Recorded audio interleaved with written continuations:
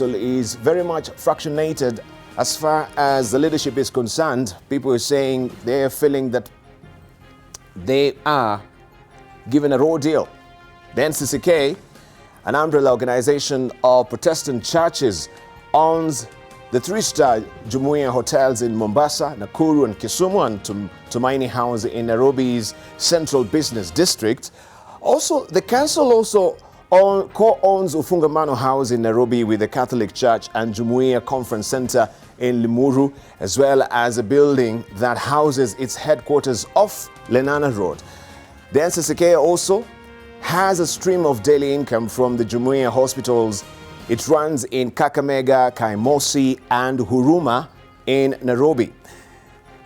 So you can follow the story of what is happening and the stalemate that is ongoing within NCCK. Will today actually break the Gordian knot, as they say? We are eagerly waiting to see how this will pan out. And you have the details on page 4 of the Daily Nation today. Sosion breathes easy as court stops NAT meeting. Embattled Teachers Union boss Winston Sosion yesterday won court orders stopping a planned meeting of the organization's top brass, whose agenda was to kick him out. Labour Court Judge Byram Ongaya granted the orders after the Kenya National Union of Teachers Secretary General filed an urgent application saying some members of the union's National Executive Council, that is NEC, were plotting to remove him from office illegally. You can follow this story at the back page of the Daily Nation this morning. And still on the front page of the Daily Nation, some details are better had in camera. Court asks Ms. Marian Kitani to spare details of evidence against Meru Senator Mithika Linturi for private hearing. And of course, this is an ongoing case regarding the divorce between Kitani and Senator Linturi. And the story is tucked away on page 10 of today's Daily Nation. So to zoom out, this is how it looks. Make sure you grab a copy for yourself. Also, danger of fake antibiotics on sale. Beware. The World Health Organization has confirmed many Kenyans' worst fears that they could be taking counterfeit antibiotics, doing more harm to their bodies. The bottle or pack of Augmentin you have could be fake. Right, so it's good to counter check. But you have all the details on page 6 of the Daily Nation this morning. So danger of fake antibiotics on sale. Beware about this and get the remedial measures. You can read all the details on page 6 of the Daily Nation this morning. Let's move on to see what we have on the front page of the Standard. And this is your splash today. Now 10 governors hunted in 6 billion shillings tax probe is a splash today. It's all about evasion. KRA is pursuing county chiefs accused of not paying taxes on the thriving businesses and failing to remit pay-as-you-earn deducted from county employees. The story continues on page 4 of the Standard today. Also, World Health Organization alert over fake antibiotic in market is a story that also you can follow on page 3 of the Standard today. There's a caution here. Global Health Body asks Kenyans to be vigilant after counterfeit Augmentin is found in Kenya and Uganda. Anyone who bought the drug asked not to take it. Anyone who bought the drug asked not to take it. There is caution here. Still on the front page of the Standard, Kitani alleges Linturi plots to poison her. Messy split. Deputy President's former Chief of Staff claims a Meru senator tasked a woman to harm her, display photos in court to prove she was married to him. You can follow the story on page 5 of the Standard today. That is a divorce case. Let's move on and see what we have on top here. Unions unite over teachers' pay rise. This is closing ranks. Copet sides with members of a rival NAT saying it is wrong for the Teacher Service Commission to exclude them from 13 billion shillings salary hike. You can follow the story on page 10 of the Standard today. Quick one. Let's see also what we have on the front page of the Star. And this is what you're waking up to on the front page of the Star. Where is my Star? All right, I'll try and it's eluding me a bit, but I'll show you the Business Daily as I try and retrieve the Star for you to see what is headlining the front page of the Star this morning. I can go full steam ahead also and try and see also what is on the front page of the People Daily before I retrieve the Star for you. And this is what is on the front page of the People Daily this morning. Besieged Sosion fight for his life is what is on the front page of the People Daily this morning. Follow the story on page 6 of the People Daily. Also, serial cheat Linturi plotted to kill me. Kitani tells court. Estranged wife says she wants out of the marriage because the Meru senator had repeatedly abused their relationship. The story continues on page 2 of the Standard today. Also, KRA chief warns of criminal charges over tax evasion. Buru says authority has been gathering intelligence and profiling those who have been giving false information. The story continues on page 19 of the People Daily today. Celebration here. We can see the current CEO of Kenyatta Hospital celebrating. And why are they celebrating? It is a mother's joy here. Catherine Nkure, mother of baby Jeremy Tubula, who was born weighing 400 grams at 25 weeks in April and now 3.5 kg, is joined by Kenyatta Hospital medical team and friends to celebrate her miracle baby. He made it, of course, given that measly, of course, figure of 400 grams only, seeing that he's grown to 3.5 kgs. It is worth celebration, and this is what was happening yesterday. And we thank also the medical staff of Kenyatta National Hospital for making sure they took care of this small, teeny tiny baby who has grown now to, of course, the given weight there, which is acceptable. And there is a cake for her, for him, I should say. Celebration there. You can follow the story on page 5 of the Standard today. Let's see what we have on the front page of the Taifa Leo. And this is what you're waking up to on the front page of Taifa Leo. Ruto arejea nyumbani kuzima moto, it says. Moya tetemesha naibu rais kwa kampeni zake maeneo ya mashinani Rift Valley. That is what we have on the front page of the Taifa Leo this morning. I'll try as much as possible to just show you also what we have on the front page of the Star this morning, maybe using my hard copy. That is a Taifa Leo for you. Try and see if I can see the Star, because I'm pretty sure I saw it. It's just mixed up somewhere. Right, if I don't see that, we can go full steam ahead and just use the hard copy, I should say. And this is what is on the front page of the Star this morning. Linturi was both cruel and romantic. It's all about this divorce case that is ongoing. Snooping, Kitani claims she found nudes on Linturi's phone. According to once love-struck Kitani, the marriage was sealed by chewing a bunch of mirror made in the shape of a manhood. You can follow the story on page 4 and 5 of the Star. Those are gritty details that you can actually follow them inside the Star this morning. Also, this miracle baby, joy as brave Jeremy, born at 400 grams, leaves Kenyatta National Hospital, a bouncing 3.5 kilos. That is the story that you want to follow inside the Star this morning. Also, Kenya busy high-tech DNA machine to clear huge backlog. This is all about the forensic lab there. And Kibra by-election, ANC's Mudavadi fronts ex-Raila aide Owalo as Tuju invites candidates. That is a story also you can follow inside the Star this morning. In battle, NAT Secretary General Sosion to rivals. I will not quit, he says. This is also on the front page of the Star this morning. Let's continue and see what we have on the front page of the Business Daily this morning. That is a hard copy of the Taifa Leo, not Taifa Leo, but the Star. And this is what is on the front page of the Business Daily. How ARM has planned to hive off 1.6 billion shillings unit failed. How ARM has planned to hive off 1.6 billion shillings unit failed.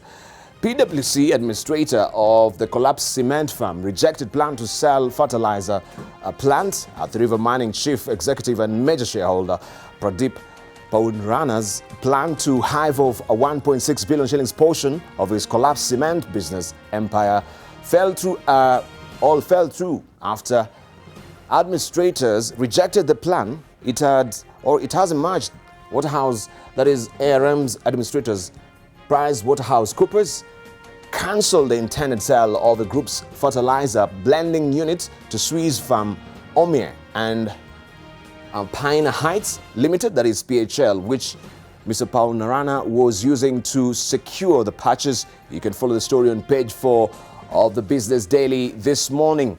Also, UK to suspend Parliament a few weeks before Brexit. The UK Parliament will be suspended just days after MPs return to work in September and only a few weeks before the Brexit deadline. Boris Johnson said a Queen's speech will take place after the suspension on October the 14th to outline his very exciting agenda. You have the story on page 4 of the Business Daily. A standalone picture here. Tiny Tot finally goes home. This is Catherine Joy holding baby Jeremy Tubula, who was born preterm on April the 1st, weighing 400 grams after he was discharged weighing 3.5 kilograms from the Kenyatta National Hospital yesterday after a 5-month stay. Looking on also are the Tot's father, James Narikai, and the siblings. It's a happy moment there for the family. And that is a standalone picture on the front page of the Business Daily as well. NBK shares have only 2 days to trade at NSE. The National Bank of Kenya is said to be delisted from the Nairobi Securities Exchange by the end of next month as the takeover bid by KCB Group enters the home stretch. In a notice published yesterday, KCB said the NBK shares will be suspended from trading on NSE from Monday, September the 2nd.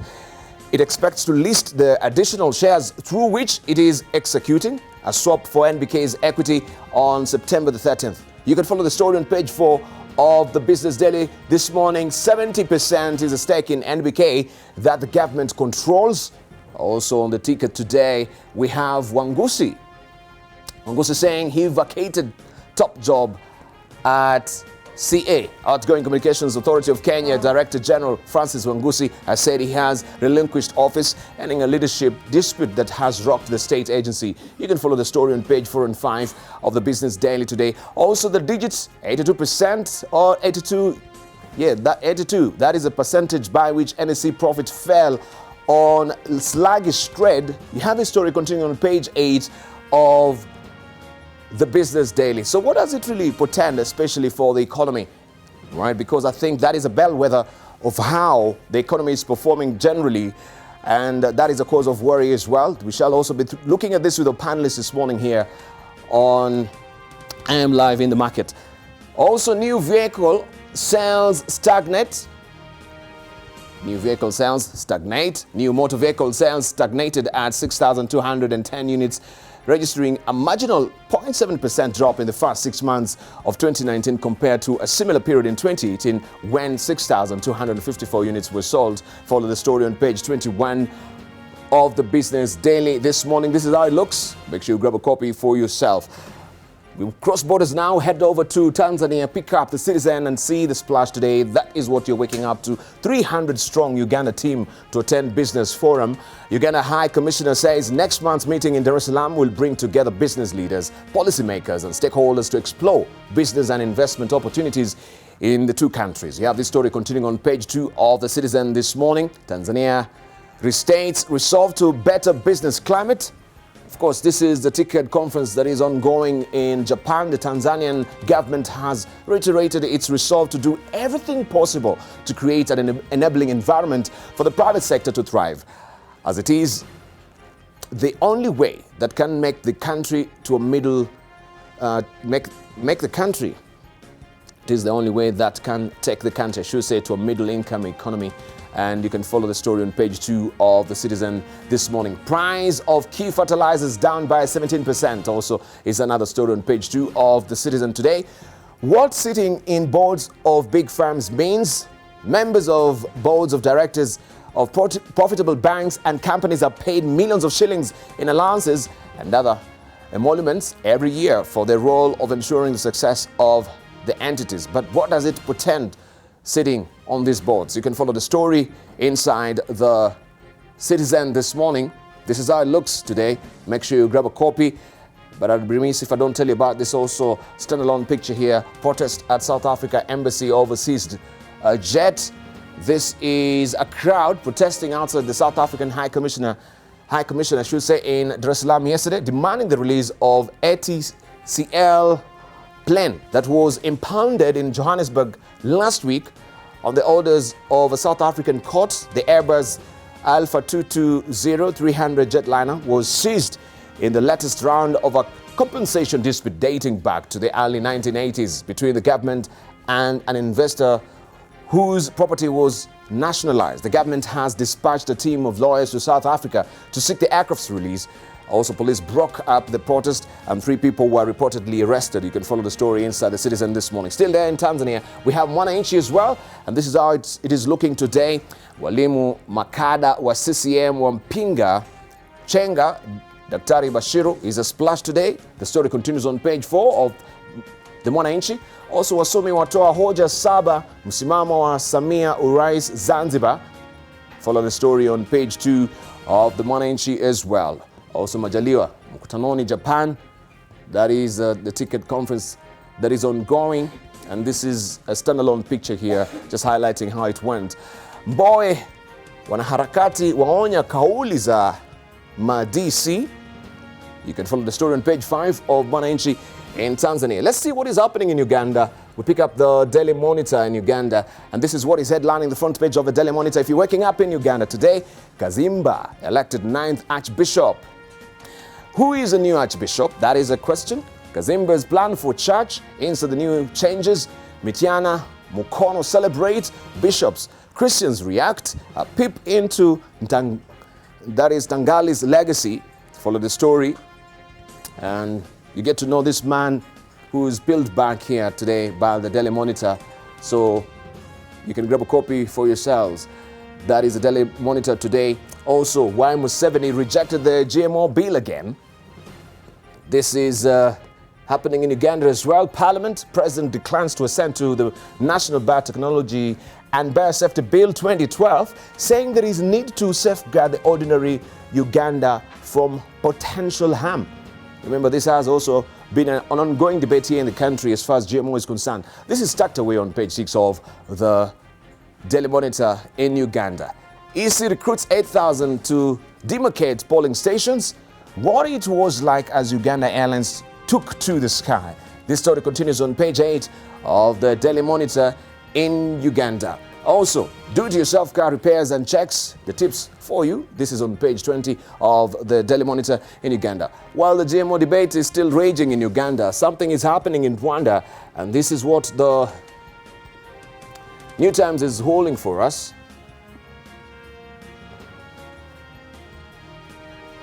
The New Times, where is the New Times here? Yeah, there we go. Rwanda set to test GM potato varieties. That is a splash that we have here on the front page of the New Times. Rwanda is set to join other East African countries in growing genetically modified Irish potato varieties, a technology that has in the past attracted a wide-ranging public scrutiny in the country. Dr. Patrick Karangwa, the Director General of Rwanda Agricultural Board, that is RAB, told participants at the African Potato Association in Kigali that the country will try a potato variety called Victoria because it has proven to be resistant to let's blight, a destructive potato disease locally known as Imvura. That is Imvura in Kinyarwanda, and you can follow the story on page 3 of the New Times. Also, General Nyamvumba reiterates Rwanda's commitment to peacekeeping operations. This is on page 2. And Kagame emphasizes private sector role in development. And you can see this family photo here. President Paul Kagame together with other African heads of state at Tokyo International Conference on African Development, that is TICAD, that was underway on Tuesday in the Japanese city of Yokohama. Speaking at one of the sessions, Kagame commended the Japanese private sector for making sustainable investment in Rwanda, especially in agribusiness and technology. That is what we have on the front page of the New Times. Have you grabbed your copy of the East African this week, right? To get to understand the region, this is how it looks. United Nations Security Council seat, hidden hand of Somalia in Djibouti's flip-flop, Kenya's new course, maritime dispute intrigues continues. as Nairobi set to intensify shuttle diplomacy. The story continues on page 8 and 9 of today's East African. And also, shaky Rwanda-Uganda deal. There's a blockage of websites. This is a sign of festering issues in pact, but officials upbeat about quick resolution. The story continues on page 4 and 5 of the East African this week. Also, low IQ. It's in the water, stupid. The study shows how fluoride in tap affect your child's intellect or IQ. You can follow the story on page 23, 26, 27 to find out how this particular chemical also maybe is affecting the cognitive development of your child. Choppies to chop its business in East Africa. Internal wrangles continue to weaken Botswana retail chain. The story continues on page 33 of the East African. No respite for Uganda's public listing drought. At 20% share offer rule scares companies from floating stock. You can follow the story on page 49 of the East African this week. Let's see also what is happening internationally. The Wall Street Journal is up next, and this is a splash today. Altria, Philip Morris stock merger. Falling demand spurs the Marlboro makers to consider reuniting in an all-stock deal, right? This is all about the tobacco demand falling that is actually instigating this particular merger. You can read all the details on page 2 and 4 of the Wall Street Journal today. Also deprived of a trial, women are allegedly abused by Epstein's speak out in court. And you can see this is a caricature of them making themselves heard. Women wait to make impact statements in federal court in Manhattan on Tuesday. Also, Purdue offers up to $12 billion to settle government opioid suits. That is a story you can follow also inside the Wall Street Journal today. SAT drops plan to use adversity scores is another story you can follow. Erdogan asks Putin to reign in Syria. That is him, Turkish President Tayyip Erdogan, in a photo provided by his office, meeting with President Vladimir Putin. And also Moscow, we can see that left also near Moscow to seek Russia's help to defuse the conflict in Syria's last rebel stronghold. Turkey fears a flood of refugees from the fighting. Also, Democrats' idea tax wealth, not just income. You can follow this story also inside the East African this week. Editor cartoons will be remiss if you don't look at them. Let's begin by what is in the Daily Nation today. In a nutshell, this is what is happening. And of course, you know the battle that has been ensuing between TAC and the NAT so far. And there is a reprieve for Sossion as far as the court ruling is concerned so far. And this is Sossion for you unplugged. Right, this is what has been drawn by Victor in today's editorial cartoon in the Daily Nation. Let's see what we have inside the Standard as well and see what Gado has drawn for us today. And there is this tiger that is pouncing right now. And it's all about the dynasties, Kenyatta, Moi and Odinga, and see who is actually, who's mounted on this tiger. And it says riding a tiger is one thing, dismounting from it is a different story. And that is Arab Singh riding the tiger as well.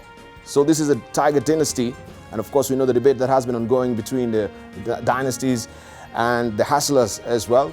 Hustler being a new lexicon in the political, of course, vocabulary. Let's move on and see what also has been drawn by Stano inside the People Daily today. Politics. What kind of a ball is this? This is what Mariga is wondering. Of course, you know that particular question that has come to the fore as far as Mariga is concerned, that he'll be vying for the Kibra seat. But also the Jubilee Party has come forward to starkly deny this particular letter that I was doing around in social media. And this is what has been captured today by Stano. I want to hack it back into history and show you how the Daily Nation looked then. That is in 1963. And trying to get a copy of that to just show you how it looked then. Hacking back into history. Guess what really happened today? Kip, hooray! Right, that was the flagger then. Kip, hooray! Kano beats world record by 6.5 seconds. That is what was on the front page of the Sunday Nation there. That is the 29th of August 1965. This paper was only going for a measly 50 cents then, and the story was reading Kenya's long-distance runner Kipchoge Keino set a new world record for the 3,000 meters at an international track and field meeting in this Swedish town last night. He was timed, that particular, of course, he was timed at 7:39.5, that is 6.5 seconds better than the present world record held by East German, that is Hamann, and that is how it looks then. And then there is this story, the lethal cage. Of course, the picture is not very well given the technology then. Yeah. The lion above survived a flight from Amsterdam to London. The one below is dead. That is how it was. That is how the Daily Nation looked then. Also, there is a cyber story there, christening for Obote's son. The 10-month-old son of the Ugandan Prime Minister, Dr. Milton Obote Akaki, was due to be christened here today at the country's Protestant St. Paul's Cathedral. It is understood that only close friends will attend. That was happening way back in 1965. Allow me to show you also this particular picture here. Now that we've been talking about the environment, toxic flows, this man also was pivotal when it was his term to actually take care of the transport sector and also then the Ministry of Environment as well. This is John Mishuki, and I bet from maybe the business sector, Kwame Owino can tell us who this other person is, right? If you can see that particular picture, save for Mishuki. He's all in court there, having a brief, yeah? Diop, yeah? Yes, you're right. That is Makhtar Diop, chatting with Transport Minister, Communications Minister, of course, John Mishuki, during an opening of a 3-day transport policy and strategy workshop. That is way back in 2003. Right, we want to see what is happening. Remember, you're watching in the market today, and we shall be looking at the state of economy. Food security is one pivotal factor of our economy. And here's another grim situation where at least 3 million people across the country will badly need relief food if the current drought worsens and food prices continue to rise. At the moment, 2.6 million people need food aid, according to the latest assessment by the Kenya Food Security Steering Group. And as Lillian Carey reports, the government is on the usual firefighting drive, distributing food it received, guess from where? From China. Over 400,000 Kenyans will next month join the growing list of those desperately in need of food aid as the impact of the failed long rains begins to bite. At the moment, the number of those unable to sufficiently feed themselves stands at 2.6 million, double the 1.1 million recorded in February. This is according to a government report on the status of food security in the country. According to the report, 12 counties have been hit terribly by dwindling food stocks and rising food prices, with Turkana, Mandera, Garissa, Wajir, Marsabit, Baringo, Tana River, Kitui, Makueni, Kilifi, and the northern part of Meru bearing the greatest burden. And just like clockwork, the government has sprung into action with the usual intervention activity of sending relief food to the parts of the affected counties. This time, Devolution Cabinet Secretary Eugene Wamalwa has flagged off 11,835 metric tons of rice, which were donated by the Chinese government to these counties. Today, as we receive the food from China, we have again released in the month of August 700 million shillings that as we speak we have already purchased food that is going to the affected counties, and we are talking of over 60,000 bags of maize, we have over 44,000 bags of beans, we have over 39 bags of rice. With the short rain season expected to commence in October and run through to December, experts are raising concerns that the rains may fail or be below average, a situation that will put the country in a precarious position. This low production has been attributed to the delays in the onset of the rains, as well as the fall armyworm pests and the maize lethal necrosis disease that continues to ravage maize fields. Lilian Kiarie, NTV. Meanwhile, at the Communications Authority, the bad blood between Chairman Ngene Gituku and former Director General Francis Wangusi appears to have played a part in a recruitment of Wangusi's replacement as Director General. In an exclusive interview with NTV, Wangusi accused Chairman Ngene Gituku of being behind his exit troubles and is contemplating court action to protect, as he put it, his good name. After 7 eventful years at the helm of the Communications Authority of Kenya, one would expect Francis Wangusi's exit from the authority to be a colorful one, perhaps to celebrate his achievements that include guiding the country's migration from analog to digital TV broadcasting. But instead, the 61-year-old was not even present during the announcement of the new Acting Director General Mercy Wanjau and was instead staring at a letter asking him to vacate an institutional house he occupies within a month. Tribulations he attributes to his previous run-ins with the regulator's board of directors. I know a lot more about the personal interests of the chairman than he knows himself. And because I've been trying to control all these people and say, no, public money cannot be used this way, they hate me. Wangusi, who had initially indicated that he would not hand over the office to Ms. Wanjau, denies clinging to office, but says that he feels rushed to vacate the company house. So what they are trying to do is to frustrate me. But I'm not going to be frustrated. I have even known about people who have sat in CA houses for 6 months. It's allowable. You only simply pay the rent. It's nothing like forcing somebody out. It's very clear. In actual fact, to be very honest, what they did was to give him an extension because he's no longer the Director General. Wangusi attributes his tribulations to corrupt forces, which he says began fighting him even during his time in office. I was told to go and buy for the police officers to use the cybersecurity for about 1 billion. I refused.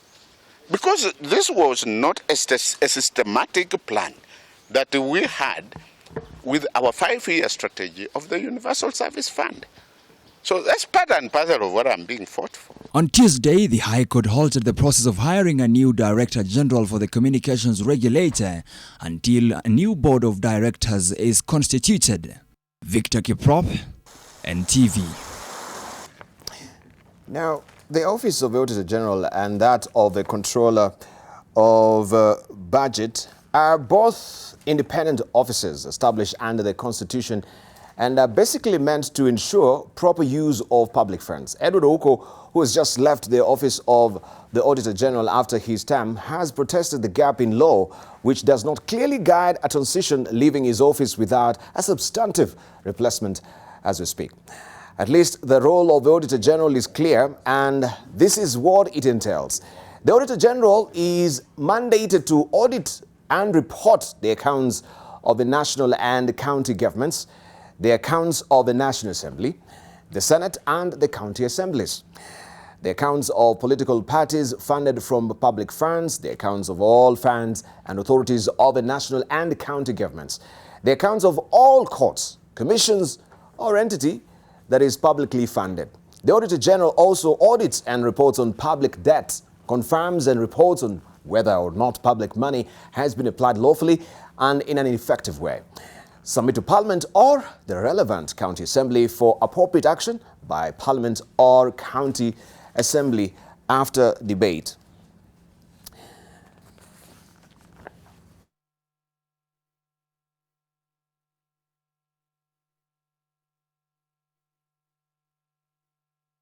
The August the 26th, Agnes Odhiambo has been the controller of budget, but with her term having come to an end, Stephen Marsha has just been appointed acting controller of budget for the next 3 months. Now, here's a look at his role.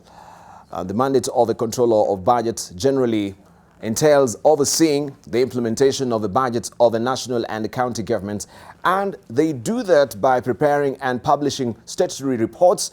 In line with that, They will also, they also conduct investigations based on their own initiative or from complaints from public conduct, alternative dispute resolution mechanisms to resolve disputes and advise Parliament on issues related to transfer of funds to state organs or any public entities. This office authorizes or disapproves any withdrawal from a public fund unless satisfied that the withdrawal is by law. It is also charged with submitting reports to each House of Parliament on implementation of the budgets of the national and county governments every 4 months. So far, we want to take us, of course, an inventory of how these officers have performed so far. We can see successions debate as well coming to the fore as far as the Communication Authority is concerned, and as well that OCO is exiting saying there need to be a change of law and the office needs to be strengthened and independent. So far, we thought the Auditor General Office is independent. But before that, we saw also during his tenure, we had the Public Audits Bill that came to the fore and was sent to by the President that took a chunk of his power as well, especially on recruiting, and that was taken to be domiciled in the Public Service Commission as well. But we have our panelists here to help me slice and dice this particular issue and a raft of other issues that we shall be looking on this morning in the markets. We have with us Professor Rachel Gesabi, who is the Director of Quality Assurance at the Catholic University of Eastern Africa, also Professor of Economics Business School. We have with us as well, this is James Murrell, who is a board member of Business Registering Services. Also, we have with us this morning Kwame Owino, who is the CEO of Institute of Economic Affairs. We have with us Dr. Gituro Wanaina, who is the chair of the Kenya School of Government, also a lecturer at University of Nairobi School of Business, and also Stanley Manduku, who is an expert lawyer on oil and gas, and also a regular panelist here on AM Live. Good morning, gentlemen and lady. Good morning. Right, let's just begin with the tenure of Edward Ouko so far. And it has been not really smooth sailing for the immediate former Auditor General, I should say, because we've seen also his tenure has been checkered with a lot of challenges, castigations. People are not really happy with him. At one point, we saw there was a motion that was moved in Parliament to try and also to remove him from office as well. We had the Public Audit Bill that came to the fore, sent by the President, took away his powers, especially on recruitment basis as well. He says there has to be a change of law to make that particular office independent. Just picking your brains this morning, let's just begin with you, Kwame Owino. You think he's had a sterling performance as far as his tenure is concerned? What will be his score? Well, I think sometimes it's important for us to understand that whatever achievements or challenges reflect the whole office and not necessarily the individual in leadership. Yes. But I think leadership matters, and this is one institution that proves to us that one person who's focused, has read the law, understands their boundaries, is bound to cause, can make an institution raise its profile and perform effectively. Mm-hmm. So I think it's done well, extremely well. And you mentioned some challenges and those bumps. Those are inevitable in a system such as what we have, where impunity and contempt is the way executive officers deal with other people who have oversight. So I think he's just established a mark, telling people that you can do your job, have no fears about anyone trying to use the legal or non-legal means. Mm-hmm. So yes, in general, the entire office, I think, is in a much better place, and Kenyans understand its role much better than what it would have. And I think it's the best start for a constitutional office, given that we have a new constitution. Of course, it's 10 years now. 9 years and a bit, 9 years in a few days. But I don't think it is possible for one person or for that office to have performed better. Many more people are aware about what it does. It could have done much better, of course, with the support of Parliament, but that it ruffled feathers in the executive, that is expected when you have non-transparent systems and a radical change such as what the new constitution did. So in a way, it's not his fault. I think that was bound to happen. Right. So we have piles and piles of reports that comes from the Auditor General, but also implementing or maybe acting on this particular report has been, something which is a different kettle of fish as far as this is concerned. James Murrell, as far as the law change is concerned that is seeking for that particular office to be effective, because you can do all this, amount of work, by the end of the day, then you feel like you're frustrated because nothing, not even a jot of the needle is moving, because There's no prosecution at the end of the day. It is just another report. People are not taking it seriously. This is what he claims. So should we give this particular office more teeth? He seeks also maybe to have, is it prosecutorial powers? James? Yeah, thank you very much, Debarl. You know, in one of the debates here or discussions, I said that the public sector, specifically the government, has vehicles with square wheels. Yes. And that didn't make sense then, but I think it's making sense now. You can see what Auditor General has been doing is trying to save the government from itself. Yes. And continuously he has flagged important issues that need to be looked at seriously. In modern world economies, auditing is a mandatory part of any development or any business that you run. From where we see it as private sector. An audit is supposed to tell you how healthy your business is or your institution is. Yes.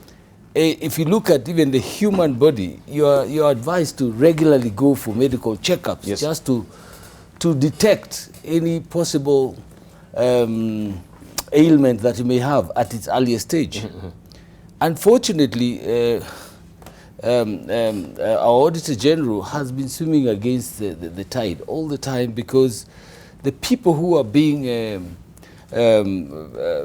flagged, the institutions that are being flagged as not performing as well as they should, do not want to be told so. Hence the systemic failure that you see in a lot of institutions. So you find you have been warned that you're heading the wrong direction. In this little place here, we have warned the government and institutions that are run by the public sector about evidence that we have of possible failures and possible trouble ahead. But again, it is dismissed with the same impunity as Komi has said, where rather than take an audit as a useful tool of your business, you look at it as witch hunt. Because you've been told you're overspending in this area, you're spending too much in lavish trips that don't make sense. That is insulting the office of whoever it is that has done that. So for me, he has done a splendid job. I think he deserves, a pat on the back. And yes, we need to actually make it mandatory. Just like when my auditor flags and gives me a management letter that warns me about impending danger, so must the government. Otherwise, what we are seeing now is as a result of ignoring all the systemic issues that have been raised and have led to the failures that we are seeing right now. Yeah. Right. Also, interesting editorial cartoon that we had also in the Standard on Monday, him walking away, and every pose of goon, right? The pose of goons, they are really celebrating. You can see, if we just put it on the big screen, Diana there, AG walking out, and they're celebrating, popping the champagne. That is how, of course, they are looking at his office. How can we, along the way, they've tried to cripple the powers of the Auditor General. Maybe we can pick the brains of Stanley Manduku as well. Okay, thank you very much, Debarl. According to me, I think the Auditor General has done well. He has done a lot. He has pointed out various shortcomings in government, financial accountability issue, and he has actually exposed corruption. Being the first Auditor General after the promulgation of the Constitution, I think he has done well. Now, regardless the proposals that he has given when he was giving his exit speech, I think he had a point. I think one thing, when you're talking about independence of an institution like his, I think we should look at it from 4 aspects. First of all, you have the usual, the legal independence, the constitutional independence that is guaranteed in the text of the law. And then the second thing, independence in the form of which appointments are done. That's one of the things that he was complaining about. We also have independence, the operational independence, how he goes around his business. And then the financial independence, such that in the event there's a problem with the executive and then there are challenges when it comes to accessing funds for his normal operation, he can actually be crippled if there are those issues. Another important thing that he said, he was complaining about what you've just said, that his reports are ordinarily not actioned. He raises quite a number of issues, but the investigative agencies do not really pick them up, and they do not action them. I think that is a very valid concern. The only thing I disagree with him is that his office be given teeth so that he can be able to action those particular reports. I think it is important for us to segregate these particular duties. And the only thing is that to see whether the investigative bodies can actually be compelled by law so that actually they action on each and every report. The other issue that he said, which I think is quite good, is that before you read, before the government reads, the National Treasury reads the budget, he needs to give a report card. That is important because people need to know that the funds that they were given the other time, how well have those funds been utilized? How has that budget been absorbed? Which I think is a very good thing, that it's a good proposal that needs to be taken up. And obviously, he also complained about the succession aspect, whereby there's a possibility that we don't have an Auditor General. There are reports that must be filed, must be signed by the Auditor General by operation of law. And the succession hiccup or the lacuna also is something to be worried about. But I think overall he did a good job. And the report that he has given, the exit report that he has given, I think is something very good that we need to pick up as a country and see how it can be implemented. Right, let's hear from Rachel Gesami. Good morning, Debarl. Good morning to you. I think the Auditor General of this country has done a great job. He has stood, auditing, is equal to questioning the authority of the country. It's like you are auditing the president himself whenever you are saying this is wrong or that is right. So I think for me, he has done a sterling job. I could give him an outstanding performance on his work in this country the last 8 years that he's been. He has questioned financial accountability very clearly in almost every statement he made. He has exposed corruption, which is the elephant in the house in this country. And basically, I also believe that that office's independence is critical. It must remain independent. Yes. So, constitutionally. So when the lawyers look at these issues, they should, if we are going to look at the Constitution again, we must say that this is a constitutional office and it must remain independent. So I think he's performed very well. That was the constitutional desire, but as it is right now, is it as independent as it should be? That is a probing question. Maybe you should ask Gituro Wanena to tell us. I think one perhaps is to appreciate Edward's job, a good golfer. And maybe there are two things I would actually raise about him. One, as much as he has pointed, and I've listened to him for 3 public lectures at the University of Nairobi, if it was that tough for him, he should have taken responsibility. Less responsibility? He should have taken a responsibility and even quit. Even if quit? Yes. Yeah.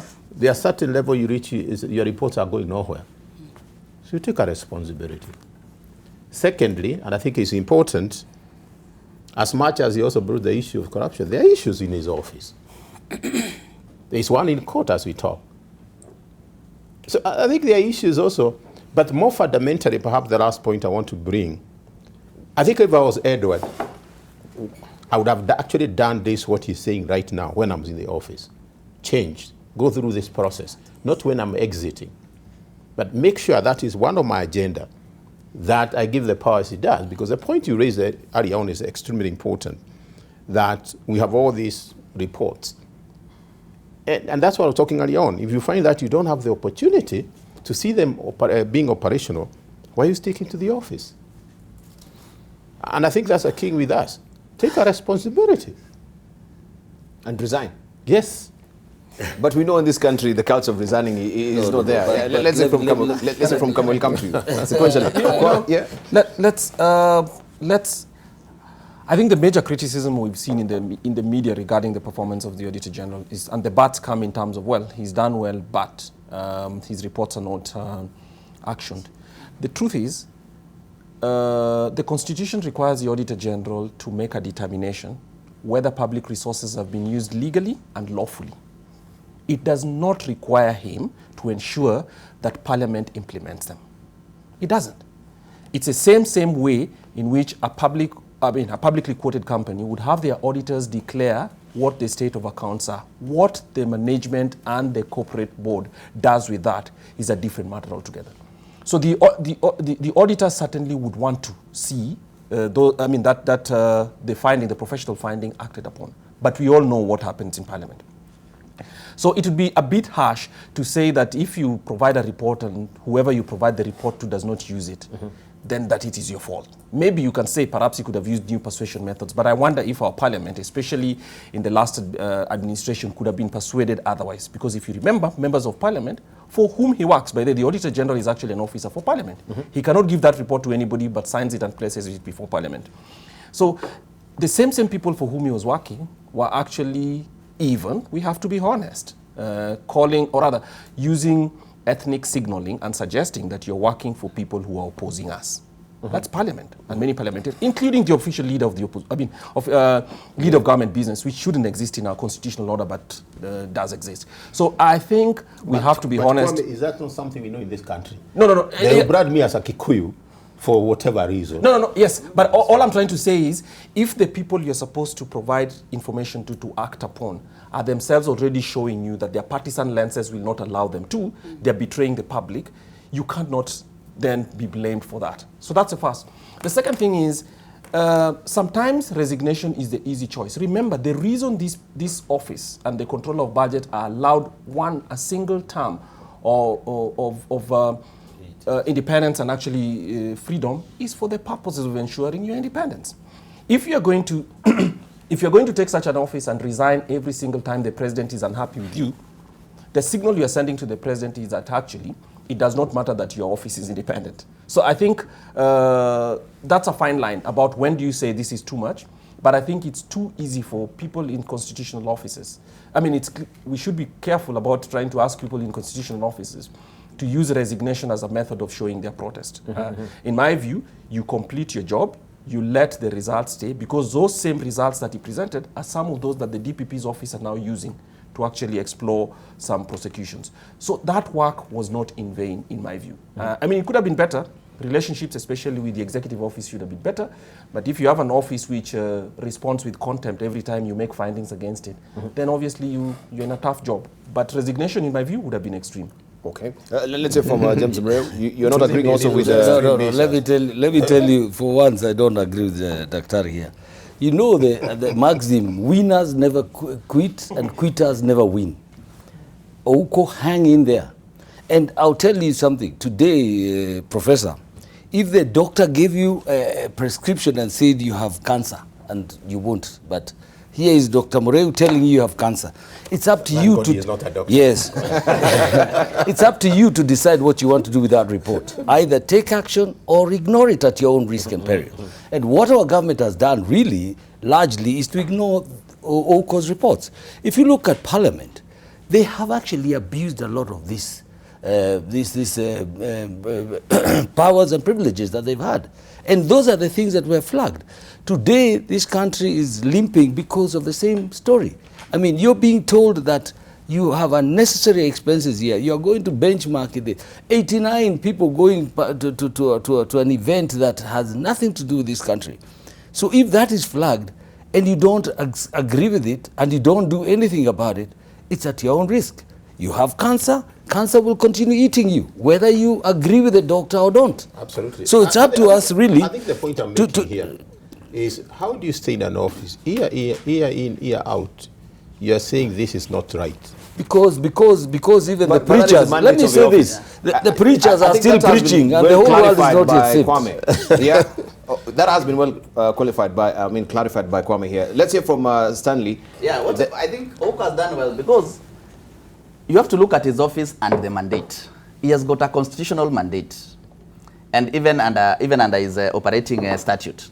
So there is no way he can assume other persons or other people's responsibility so as to ensure that his reports are actioned. So you execute We have your got mandate. the Public Accounts Committee, they can work on it. You have got the Ethics and Anti-Corruption. Those are the people who are charged. Constitutional, they have a constitutional responsibility to ensure that his reports are acted upon. Right. So all that he needed to do is to point out the various flaws, and then his job ends there.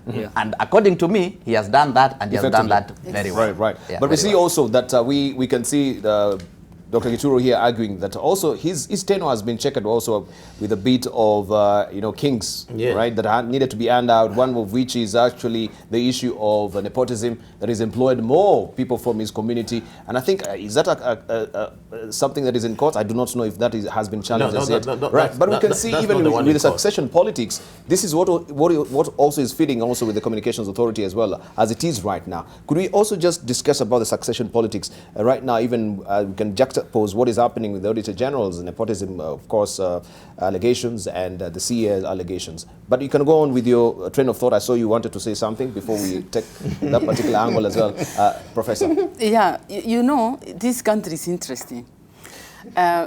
Ouko's office is a pillar, you know, in the constitution. And as all of the panelists have pointed out, if you say something is wrong here, nothing is done, you simply don't pick your bags and go. You continue saying it every year until somebody can hear it. Now, if you look at, you know, the Minister of Health, for example, now let's just go wider. The Minister of Health, there are, you know, chemicals being put in meat so that it can make it look beautiful, so you can buy it. Why is the minister in the office? That's one question one could ask. No, let's proceed. I'm not even questioning you. Now, then, the other issue, this hotel belongs to you.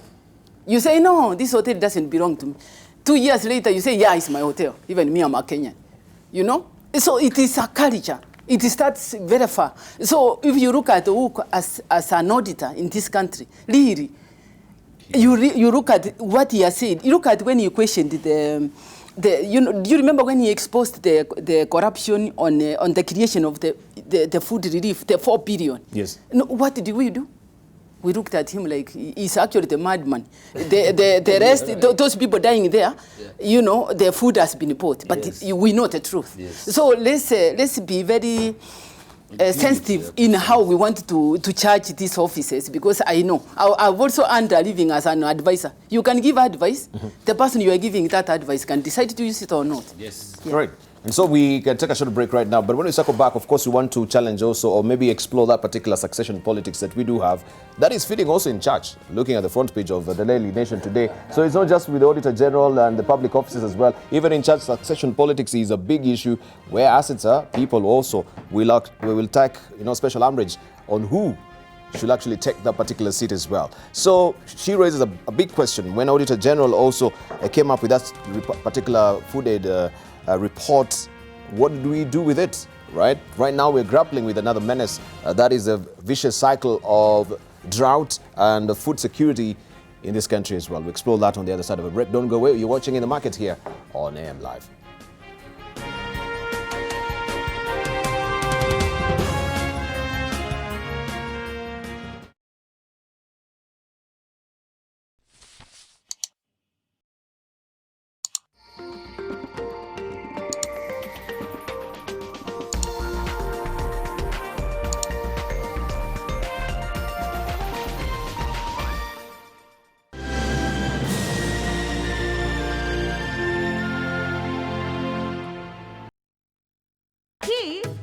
Wanajitambua, yani wale wanajiamini. Yani someone took their sweet time and thought about us. Rembo TV, simply beautiful.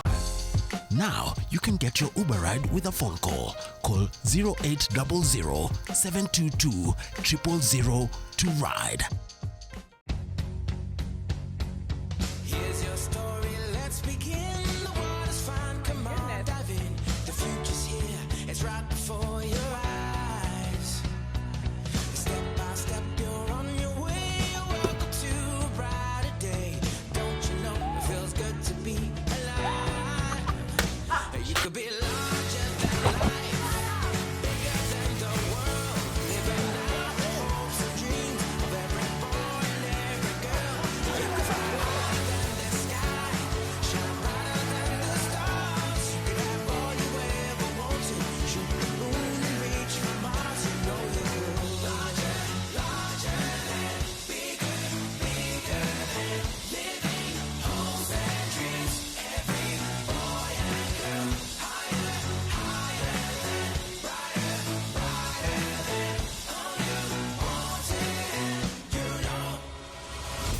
You could be larger than life, bigger than the world, living out the hopes and dreams of every boy and every girl. You could fly higher than the sky, shine brighter than the stars. You could have all you ever wanted, shoot the moon and reach for Mars. You know you could.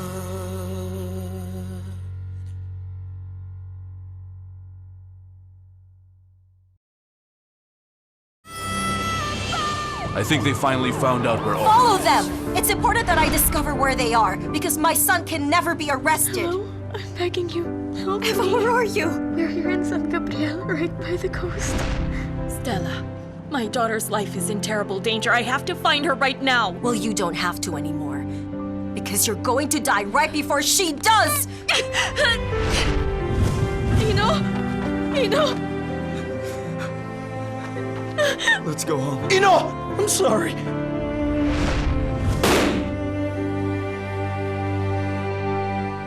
September 2019 and January 2020 intakes are ongoing. Call us today on 0724 256 162 or 0725 751 878. Kenya Methodist University. The future is here. At first I thought I was the only one, because everywhere I went people would look at me weirdly. If you see vitiligo happening when you are 50, 60 years, it could be vitiligo that is telling you something else.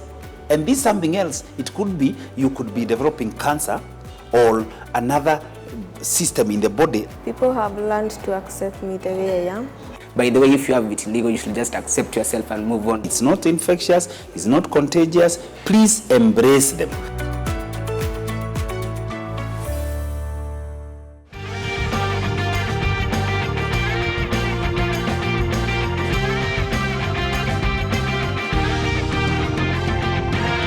Super Loaf, slices of life.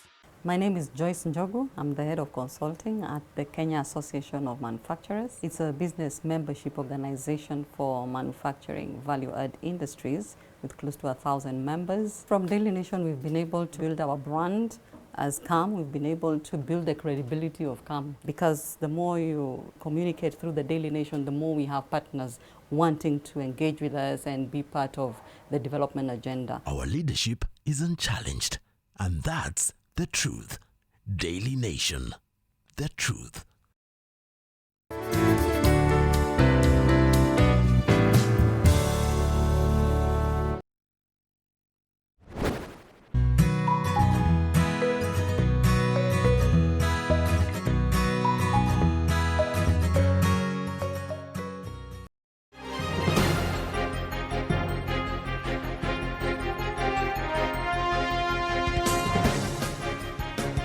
For your valued company, you're watching In the Market here on AM Live. We continue with the conversation with our panelists, looking at the succession politics, especially I should say, in public offices. But also the churches and the para-church ministries are not really spared, looking at what is on the front page of the Daily Nation today.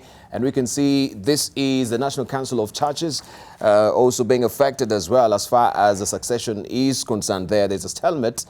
And some clerics say they will resort to court. That is what is on the front page of the Daily Nation. If my director may just pick up that, if you've not seen the Daily Nation today, questions over the multi-million shilling assets of the National Council of Churches of Kenya are likely to influence members' decision during the organization's meeting today. The story is tucked away on page 4 of the Daily Nation this morning.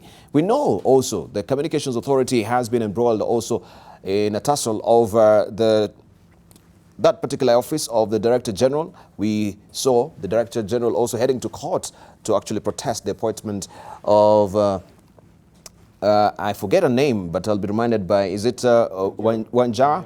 Right, yes. Wanjao, and of course, she says, all he says is she's not really fit for that particular office as well. But when we talk about succession politics, how do we manage them in this country, right? I think before we took a short break, we were hearing from Professor Gesami, but just looking at that succession politics in the public office, it is not been a smooth sailing affair in this country, Kwame. Maybe we can put things into perspective, also look into the churches SDA has been also on the fore as well, as far as, I don't know if it's succession politics or maybe just management of a church itself. So not everyone is spared in this country when it comes to, succession. Are we prepared? Do we do it effectively? Well, I think ensuring a smooth succession, especially in public offices, is the role of boards. The boards that are set up, because they're the ones who understand when anybody in management has a contract and when the contract expires, if they choose or if they have the opportunity to extend it, then it should be done well in advance. It helps with professional preparations of whoever is leaving or whoever is coming in and all that. So when you have what looks like a succession problem like we have at the Communications Authority, it's the board that we should squarely look at and say, look, this should have started much earlier. They knew very, very well they had somebody whose term was coming to an end. If they chose not to extend it, as they say, the law does not allow it, then perhaps they should have started this recruitment much, much earlier. There's nothing wrong in starting recruitment much, much earlier. I think this tells you the same problem we have with the Office of the Auditor General and the Control of Budget. Everybody knew that this was a one-term, 8-year single term, not subject to any extension. So we should have started all this much, much earlier. So all this says is you cannot blame any of the individual candidates. I think what you need to do is just ask yourselves that these boards did not do their job well enough, whether it's because they were unprepared or whether they had an interest in specific outcomes in the process. I think we shouldn't question, but it's very, very clear that these issues are ending up in court partly because the boards didn't do their jobs well enough. So the chairs and the other board members should take responsibility. Is it for Wangusi to tell us that, yes, the person who's to take over, she's not really qualified? No, I think that's a very unfair comment that came from him. He's not, because He's not there. the appointment of his successors, the appointment of his successor is not his business. Because if he says that he thinks a certain person is not qualified, it is possible that his predecessors could have thought him unqualified as well. So that kind of... But I think he has a responsibility.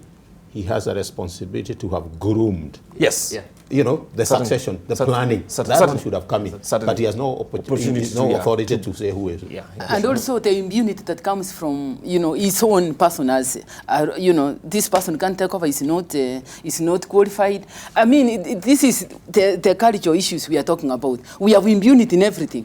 Everything we touch, whatever it is we want. He knew that this time was coming to an end. Yes. So clearly, you should have known that if there is no clear succession plan, as the Dr. says, then you should let the course go through. Because now making all of this, what we are seeing is what our children are running from us. He's screaming on the screen, on the media that he's not handing over, he's going to court and all that, and this person, this lady is not, qualified to take. And these people are watching, children are watching. My mother is not qualified to do that. We are teaching our children bad manners. No, we have already bad manners. Were they also trapping a tribal card here? Because this is what, it seems Wangusi is trying to also front. They're saying, oh, she's not qualified. Look at the board members, look at the board chair, look at the person they're appointing. Debarl, I think Wangusi is just going to pour very cold water on what he has done. In fairness to him, I think he has presided over that digital migration of the telecommunications in this country, and he has done a good job. But I think these last 2 weeks comments from him and the statement really are very unfortunate and something that he should have actually avoided. For me, I think the issue of who is qualified and who is not, it should not arise. I mean, he has done his tour of duty, he has finished, he should exit in an acceptable manner. This is a very untidy exit. But I'm also convinced that failing to plan is planning to fail. If you look at this institution that has such great responsibility in the country, to find it in this impasse, in this situation where they are not able to actually determine or smoothly hand over, it is a very unfortunate state. And for me, I think he should retract a lot of what he has said in the last week, accept his tour of duty is over, take the accolades that go with his work, and move on, rather than, and remove his vested interest. Because sometimes also, overstaying in an institution makes you feel like you are the institution and the institution is you. So you own it. And that's why you find people saying, I'm not quitting. But it's not your institution. As Dwale would tell them, you see, Sia yule aliyekuzaa. Sia mama yako. Yes, because really it is a public institution. Run it as such and accept that. But also let's look at the planning of the appointing authority, because there is also something that is systemic in our country that is coming over and over. That we don't seem to want to plan and accept that Moreu's tour of duty will come to an end and he must hand over. I did that in the Kenya National Chamber. I realized, going into an election may bring a lot of acrimony, so I handed over smoothly, and there has been continuity in the chamber. And that is what you should plan as a leader. Just allow succession to be smooth. All right, Stanley. Yeah. When you look at the whole issue of succession politics, I think there are two things that are emerging. The first thing is that, one, Kenyans generally, they are not prepared to exit or to retire. And then the second thing is that you realize that the appointing authorities are not eager to try and seek a replacement before the term ends. And this is a challenge that we are currently having. In fact, in a properly organized society, it will be that maybe 6 months before the term expires, the recruitment process has begun. That means that gives the exiting executive an opportunity to even hand over to the person who is coming. If you look at all these public entities that we have, you realize what ordinarily happens is that the term ends, and then somebody is appointed to act, and then thereafter, that's the time the recruitment process starts. And that is not the correct, that is really not the correct procedure. The only problem is that I don't know whether we need to legislate so that people can be able to observe this particular practice. But that is something that we have to look at. And the other problem is that some of these positions, you find that they're very enticing. Obviously, being a head of an institution, whether a church or whatever it is, we are talking about having money, power, and self-interest. And these are cultural issues that we are having as Kenyans. Now, on the issues of the wrangles, especially within the religious sector, I think two things are emerging. We'll go to that. We'll go to that in a moment. But I just wanted also to pick, especially because this brings to the fore the whole issue about board management. Correct. That we saw. This is not the first time that Wangusi has been at loggerheads with the boards. We remember also, I think in 2017, where he was ousted out of office, and he actually, went to court. He wrote into their, into his, some of the things that were there in his affidavit were. He says it is worth noting that even the board, members of the board, other than the chairperson and the appointees of the cabinet secretary, he has been, going hammer and tongs on this particular board. So it's not been smooth sailing since also he was actually, taken back to his office until now his tenure ended. But board management in this country, when we're talking about corporate governance, I think also brings to question the issue of succession as well. They go through this mwongozo anyway. I don't know why they don't implement it. They are trained. Okay, you see, I will not really blame Wangusi for doing that, because with the opening up of the democratic space, and if you feel that your right has been infringed upon, he had every right to go to court, and the court had to make a pronouncement on whatever it is that he was complaining about. But the question is that when you look at the board, we have to look at the accountability aspects of the board. We are having boards that simply are not doing its job, their job. Something like succession planning should be actually part of the performance contracting of each and every board member as something that they're supposed to be actually assessed or appraised on, such that we don't have to wait for a situation like now what has presented itself before they start seeking a proper person to succeed the executive who is leaving. There's something I wanted to point out here. I think you've teased out the issue of Mwongozo Code. Yeah, it's a question but of who even knows what is domiciled within the Mwongozo Code itself, within the public sector. Francis, unless now you from the Kenya School of Government. Francis, chair, who is my buddy. We are the same Rika. They have gone all through this. We were with him the other day. I don't know how many times I've gone. Mwongozo. And it tells you succession planning. You have to. And I think I'm impressed because I have the insight of this because I worked for them, someone that was working for them.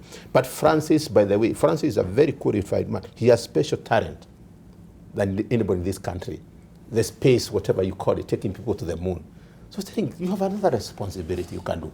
Now, what you find here, and I think we should look at the gist of the matter, I think the appointing officer should probably have done things differently. CA is an independent body.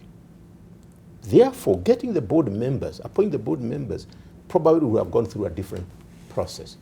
And that's why the issue came in. Now, Francis, on his part, if he did it to tenure, he even had an extension, should have actually left. The issue of whether Mercy, and by the way, Mercy, you see Mercy, she's a South girl, and the others who are South in that institution. My biggest challenge here is, why don't we implement the things we have gone through? Yeah. Very clear in Mwongozo that Gene should have done A, B, C, D. My brother comes and say, let's go. But you as a chair of the Kenya School of Government right now, yes, you're the person who should be telling us what you're trying to do, especially to inculcate what has been also teased out within the Mwongozo Code. I think the public officers, they come to your school to learn all these things. Stanley pointed a very interesting point that every time you are being assessed as a board, as a CEO, that's something you should look for. And it's actually going to be implemented at the Kenya School Government. Now, the question is, and I think it goes across here, things are very clear in paper, but how much do we implement of it? And I think he brought a very interesting, there are two things in my view which comes into every Kenyan in succession. We have this problem that I'll never leave office. And I can tell you, I went through the same process myself as acting. You didn't want to leave office? I didn't want to. Secondly, and I think Debarl is very important, we think we are indispensable. Yes. And we are not. God forbid, you leave today, a week you have somebody seated there. Not a week, same day. Same day. Somebody will be seated questioning. Yes. I'm refusing to leave. But on the issue of Mwongozo. Yes. But let me make clear, I left when my retirement age, I left on my 2 terms. I left the office. Yes. Okay. So on the issue of Mwongozo, you know when Mwongozo came actually to operation by it was, I think, Executive Order number 7 of 2015, whereby after a task force that was given the responsibility to go through the management of public sector entities.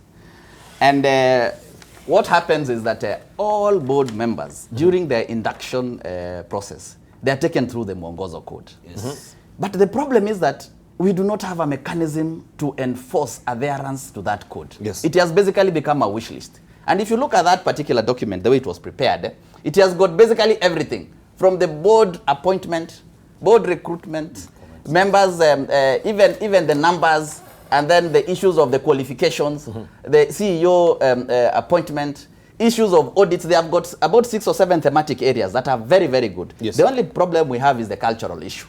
They'll be taken through, they'll be taken to Mombasa or wherever. They go through all these things. At the end of the day, they pack them and then they do not implement. The problem is that there is no auditing process or procedure to ensure whether the board members actually are there to those. Succession planning is one of the issues that has been outlined in the Mwongozo Code. But all these boards, the way we are seeing, what are they doing? What are they doing? Kwame, so let's come to the church, because that is the public. What about the church? Just 1 minute on this Mwongozo. I attended the Mwongozo training when we were appointed as board members. But sadly also, you will find, and I noted, and I don't know whether Inea agrees with me, but if you notice, all the major parastatals, big parastatals, were not there. Their boards were not attending these Mwongozo. They are too big for this Mwongozo. And they lose it big time. They fail to actually implement what is supposed to be implemented. So they don't attend, they don't know, they act with impunity. So really, it must be mandatory, and it must be everybody across the board. But some people did not attend. We saw so many vacant, all these big parastatals. They don't come there, they don't know, and they don't want to know. So it's a systemic issue. Systemic issue? Yes, Let's hear from Kwame. I want to just also pick out the Daily Monitor in Uganda. Yeah. When it comes to succession politics, this is how serious also. You know, Kazimbi elected the 9th Archbishop, right? Yeah. This is, of course, who's the new Archbishop. This is what we are struggling with here. Property, power, and the church. Questions over the multi-million shillings assets of the National Council of Churches of Kenya are likely to influence members' decision during the organization's meeting today. The contest is about who is taking over from Canon Karanja as well. So let's comment about succession plan also, not just in the public offices, also private and the parachurch ministries and NGOs as well. Well, I think succession, as we said, I mean, as we've all talked about here, it's part of the responsible leadership. And obviously, if an institution is alive, by that I mean that its board adheres to its code and is responsible for ensuring handovers whenever the opportunities for that arrive, then that's part of it. So my view is that what's the culture, or rather what's the, and I don't want to blame culture, to be honest, because we use culture very often as a convenient excuse for any time people don't do the things that they need to do. If you're working in a modern institution where you know that people work on the basis of contracts, those contracts state under what circumstances they would be renewed if renewal is required, and under what circumstances they would not be. We cannot then come back and say that we have contracts, but I'm thinking that culture requires me to hang on for much longer than I should. I mean, if there's an age limit to a job, there's an age limit to a job. What that means is if you get to 60 and your job says that you cannot serve beyond that, it's automatic. So I don't think we should litigate that. Whether it's a church... I left at 60 years. Yes, whether it's precisely. Whether it's a church, whether it's a cooperative society or an institution, an NGO or even civil society organizations or a private company like the one I work in. So I think these things are not necessarily that culturally done. It's actually just the board refusing to adhere to its own rules and part of that replacement. So that's the first. The second point about institutions and all this power is that every institution at its leadership makes you responsible for some resources and makes you have a lot of power as well within the institution.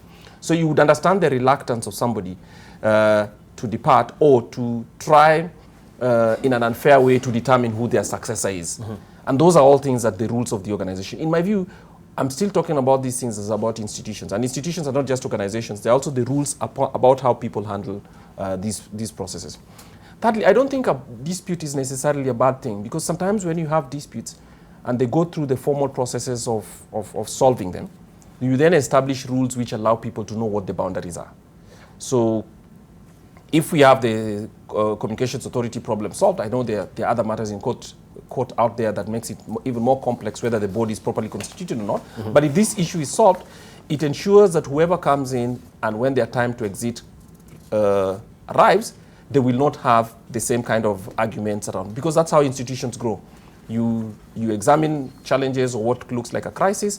As soon as you've resolved it, at least you have a model that allows you to resolve it again in the future, and that institutions go ahead. So I don't necessarily look at these fights as bad things. I mean, we're all human beings and people tend to be status conscious. But the way they are resolved and the mechanisms through which they are resolved formally, right. I think in the broad view of maybe the corporate governance, Yes. then do you think we really take it seriously? Because I think all these things, they're taken through the corporate governance, even from for the public sector, the listed companies as well. You talked about the Mongozo Code for the public office. Yes. We have all the capital markets authorities, corporate governance codes as well. Yes. Do we implement these things truly?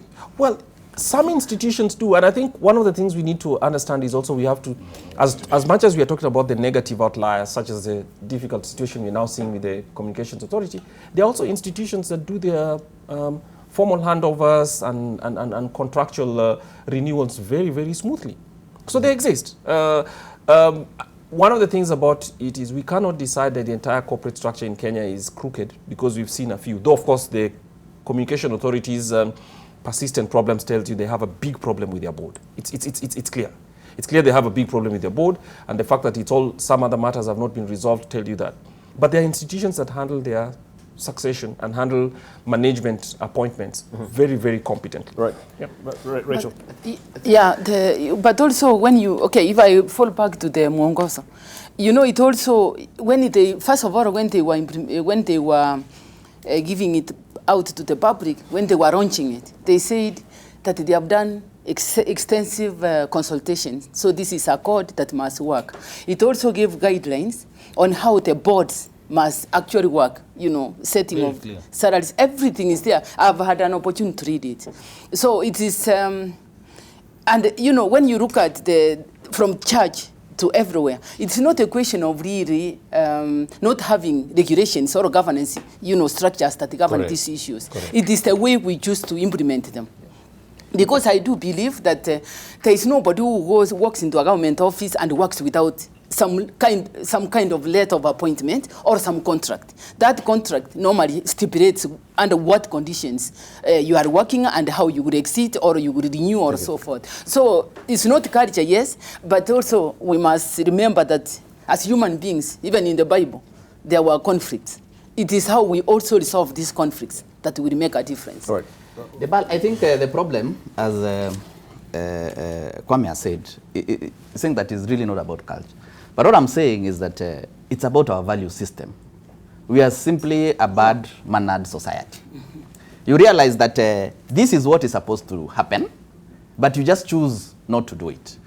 The issues of impunity, you feel that you're not accountable to any person, and that is where the problem is. And especially this can be traced to public entities, public bodies. And even now, we have seen it getting into the church arena. You realize that multinationals, for instance, when you see multinational companies, because of the culture and the value system that they have instilled in their members, we don't have these problems.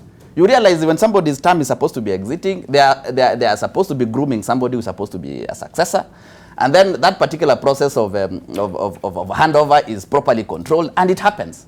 And these are by the same Kenyans. But when you come to the public space, and these other areas, we have that particular challenge. So I think it's something to do with the value system, and we need to have to fix it. I have somebody in mind, Martin O'Dwell. Just a moment. Let's hear from Murray, then we wind up with you on this, and we move on to another topic. Sure. Yeah. I think for me, there is no alternative to planning succession. But you find as soon as somebody assumes an office, then they start developing self-interest in the whole institution. They own it. And in the process, then we have difficulties in their exiting.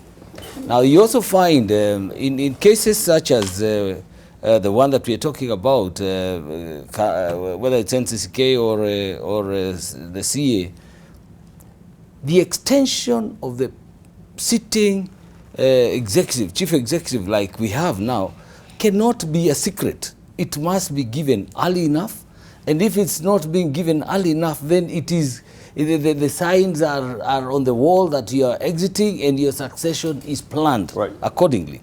But I'll give you an example of the former Zimbabwean president, Mugabe, once was asked, when are you going to bid the Zimbabweans farewell? And his question to the reporter or the person who asked us was, where are they going? Because for him, he had not planned to quit. But he saw what happened. When he refused to quit, the masses took over and he quit shamefully. He was the independence father of Zimbabwe. Look at how he left his office. And so there is a price to pay when you refuse to stick, to leave gracefully. If Wangusi left gracefully, we would remember him for the good things. These last 2 weeks, I think he has messed big time. So really it's about refusing to have that power. Leave your heart to your head. Right. Let's hear from Gituro. I think there's something I want to bring here.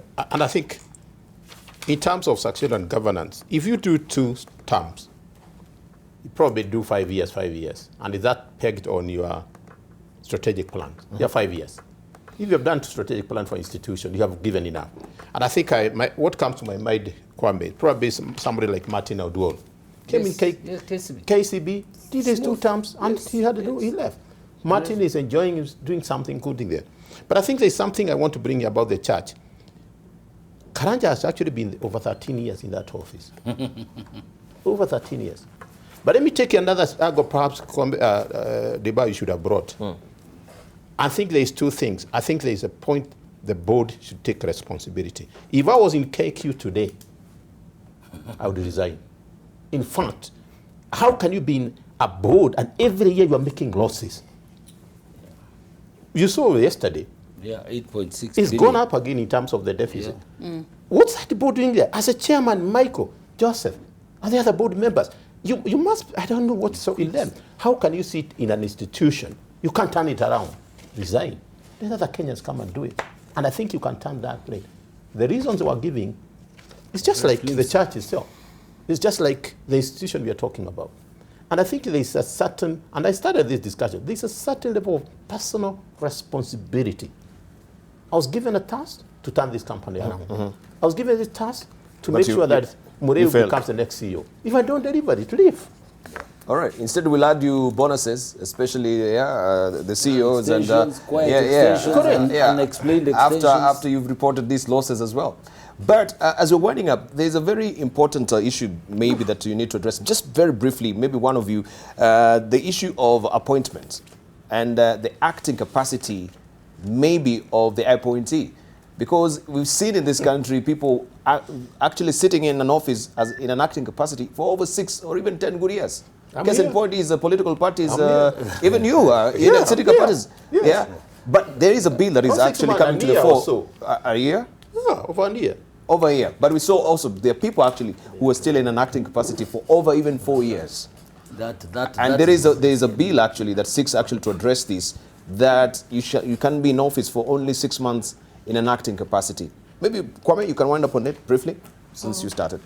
You know, for me, I actually think that the status of any institution should depend on what the board does. Because, I mean, as a board, there's something also about the kind of mind you have when you know that you're acting. Because if you're acting, there's a tentativeness, and you can't make very firm long-term decisions because you don't know whether somebody who will come in will actually try to hold you responsible or even reverse them. And it's irresponsible for a board to allow that to end. Because one of the things that a chair should say, even if somebody else is the appointing, is to say, look, once 6 months have passed, we will assume person X as confirmed. So that they can go ahead with it. Because it's also not fair to the people who's sitting in there, because they too have career plans to consider. And if you're telling them that we are keeping you, we are not asking you to leave, we are not confirming you, but we're also not giving you certainty about whether this position will be confirmed or not. It's really, really unfair if you've been serving for more than a year whether in government or anywhere else, in an acting capacity, and you don't know, you cannot make alternative plans. So I think that's something that should end. But again, it comes back down to the board itself. Right, thank you. Okay. Talking of boards, we have to release also Dr. Gituro Wanaina in a moment, but you have to comment also on the stalling merger between Telkom and Airtel so far before you leave for your board meeting this morning, right? And of course, we hope all these things that we're talking about also can be inculcated in those board meetings. But moving on, the Communications Authority of Kenya has suspended the merger between Telkom Kenya and Airtel Kenya, pending investigations by anti-corruption watchdog into how the deal was brokered. A separate investigation is also ongoing to establish the circumstances under which the Treasury ceded further ownership of Telkom Kenya to Orange, the French multinational, which later sold its stake to private equity fund Helios. Telkom Kenya, which is majority owned 60% by the UK-based Helios Investment Partners and 40% by the Kenyan government, had earlier sought the communications regulators' approval to merge their mobile enterprise and carrier services to form a single joint venture company to be named Airtel Telecom, I should say. The anti-graft agency in the letter also said it is separately investigating whether public funds were lost when the cabinet approved a plan in 2012 to convert the Treasury's loan in Telkom Kenya into equity as part of a plan to recapitalize and restructure the balance sheet of the company. On the other hand, Airtel Kenya's auditors have raised the red flag on the company's financial health after the telecommunications firm posted 2.89 billion shillings loss last year, raising its cumulative losses to 68.09 billion shillings. Airtel is now insolvent to the tune of 8.14 billion shillings after the gap between its liabilities and assets widened further from 2.86 billion shillings recorded in 2017. Is this a familiar case of the blind leading the blind? Well, you tell me, right? So what does this portend for this particular, of course, takeover or this particular merger so far? Let's just begin with Gituro Wanaina. With this development, you see, it will say? I think it's, I like your analogy, bride leading a bride, you know. I tend to think it's almost, because it's also perhaps when you discuss all these things, it's very well reflected in Nairobi Securities Exchange. If you look at the profit, it has gone down by 82%. And it's showing all this, allow me to use a word here, it's showing all this nonsense with these companies, really. That to me is the ultimate direction, what's happening at NSC. Now, something about the merger, Airtel and the telecom. I think one of the things probably we should have looked very strongly is the issue of due diligence. I think there's something a point here. And I said I had opportunity to work with CA for some time. There's a war, probably not even a battle, of trying to bring the monopoly of Safaricom. And therefore, an opportunity which comes for a third person coming in is such welcome, but I think it should not be welcome brightly. And I can see this merger getting the nod from the CA. Now, so in my view, and I think it's a good one, but I think when you have a good performing company, you should not bring unnecessary hurdles for that company to perform. But the last point I want to make is this point of acting. And I don't think there's a question of acting or not acting. When you're there in charge. And I told the Vice Chancellor of the University, not based March, Beche, you're not acting. Do what needs to be done. Without acted for almost 5 years, 6 years in CMA. You know, and it's there in the law, 6 months. I acted for almost from 2013 to 2016. It's supposed to be the law and implement that. But the question you bring about the telecom and Airtel, it's a sad story. Because the due diligence, as you say, was not well done. And in my view, it is actually connected with CA, because CA is also looking for somebody who can challenge the monopoly of Safaricom. Don't get me wrong, I don't believe in monopoly. There are things perhaps they should have done differently. It's the same thing we have, as we talked about, of KCB and the National Bank. But I think the bottom line, as my parting shot, what as a country is being reflected at where we indicate whether the country is performing well. NSE is a good pointer. We are doing badly. Terrible. You can't talk about its profits coming down by 82%. We need to rethink as a country. We need to rethink. Yeah, All thank right. you very much. All right. Thank you, Dr. Gituro. Thank you for your comments By the this way, I'm morning. not going for a board meeting. You're not going for a board meeting? I'm actually going for a conference where I'm the key speaker. Okay. Yes, All right. Good luck. Good luck. Thank you. Let's just begin with Kwame, then we'll just go sequentially. Yeah. Because also the directors of Airtel, they've acknowledged the continued existence of the company as a going concern depends on the outcome of various strategic measures that the directors continue to pursue to return to the company to stability. There are a raft of issues they've taken cognizance of that we'll discuss. But just given this particular development, what would be your view of this takeover? Not this particular merger, not takeover. Well, you know, I mean, to be honest, that really surprised me as well. As Dr. Inea's professor mentioned, is that how could it have gone this far without the due diligence having been completed, and especially getting all the clearances that were required? So that's a bit of a surprise, and maybe we should allow for the investigations to be completed. But that's not stated. It's true. Both companies had stated very, very early that it was they were thinking of reinvigorating competition in the sector through their merger, which seems to make sense. Boards on either side seem to have approved it, and they even made significant business adjustments in preparation for that merger. So if it doesn't go ahead, obviously, we all know what that would mean, because they might have to reverse decisions that they made, costs that came with those decisions. I think it also calls us back to what the previous speaker said, which is basically, how could we have gone this far and then come to the point at which an investigation is showing that due diligence wasn't properly done and that some hoops were jumped over, people did not undertake the proper processes? Because these are not small companies. This was not done as behind some closed room. It has been known for a long time, a year and even more, that this merger was coming, and they started to make it. So if we have public institutions that are actually catching up well after these decisions have been made, then you actually have to say, okay, these institutions are not sufficiently conducting market surveillance in a way that allows them to make these decisions before. But it would be very, very sad. And obviously, if anything has been done that requires, I mean, if there's been an infraction, obviously those must be dealt with. But it would be very sad if we hear that this decision has to be reversed this late in the day because the right steps were not taken. Yeah. Right. Stanley? Yeah, okay. Two things. The first thing I want to say is just on the issue of the acting. I think when this prolonged acting is actually an indictment to the board. Simply someone is not doing his job. and that's where we need to fix. Now, on the issue of Telcom, the merger between Telcom and Airtel, one thing I know is that before you do the merging, there's a very elaborate process involving transaction advisors, their legal advisors, and all that. Having come this far, I believe that all that may have been done. The only challenge I'm having is that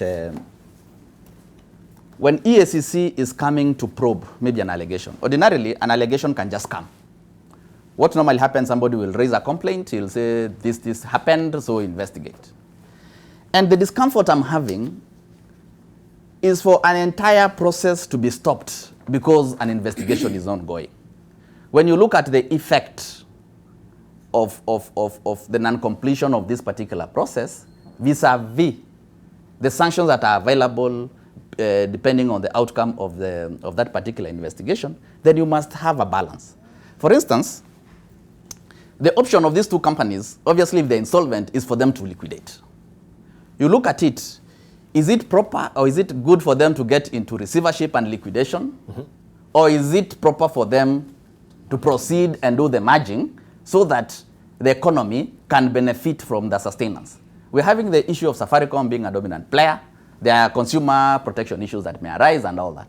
If it were me, I would have wanted EACC to proceed and conclude its investigations. If there's one or two people who are culpable, remove that one or two people and punish them or do what you have to do, but let the process of amalgamation proceed. Because that is the only way. If you put the two in a balance, then it is in favor of allowing the merger to proceed.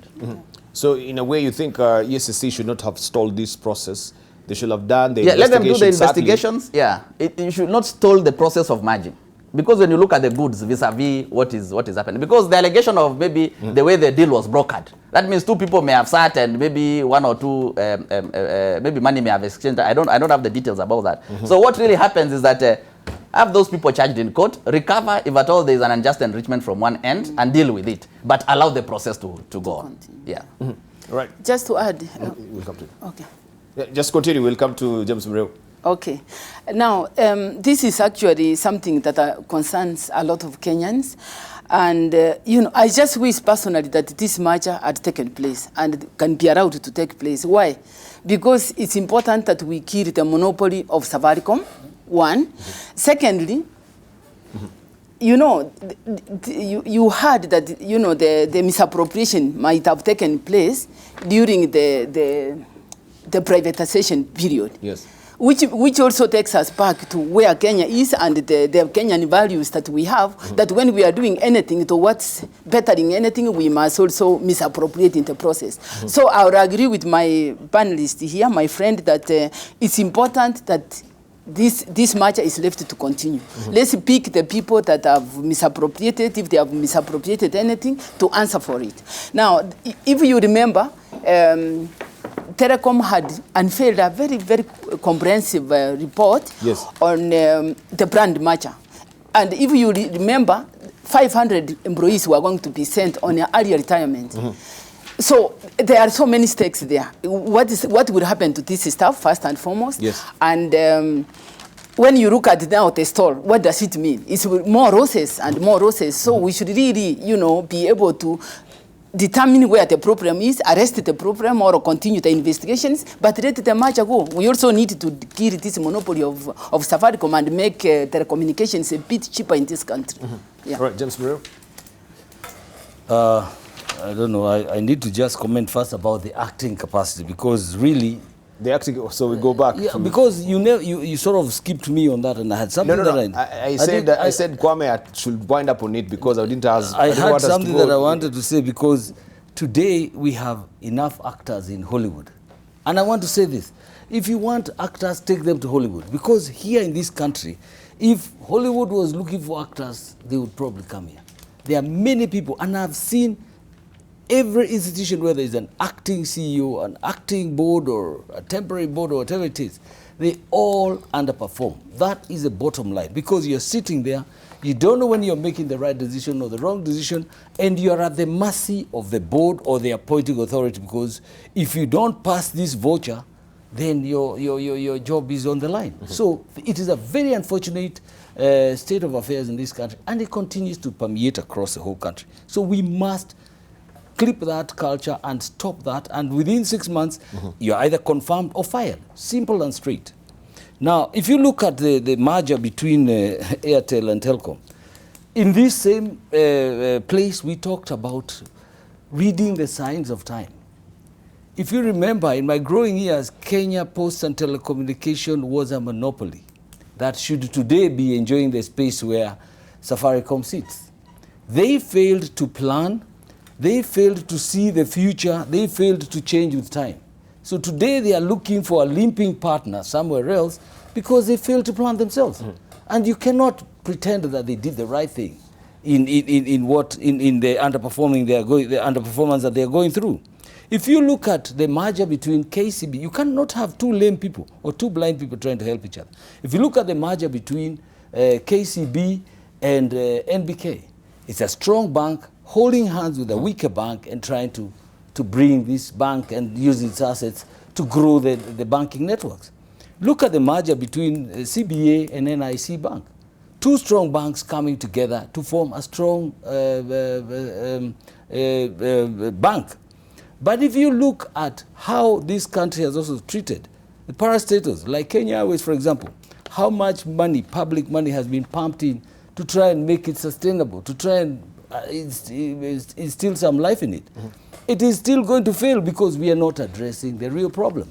The real problem is in the management. And like Gituro Wainaina said, if you continue to sit in that board that year in, year out continues to make losses, you should ask yourself.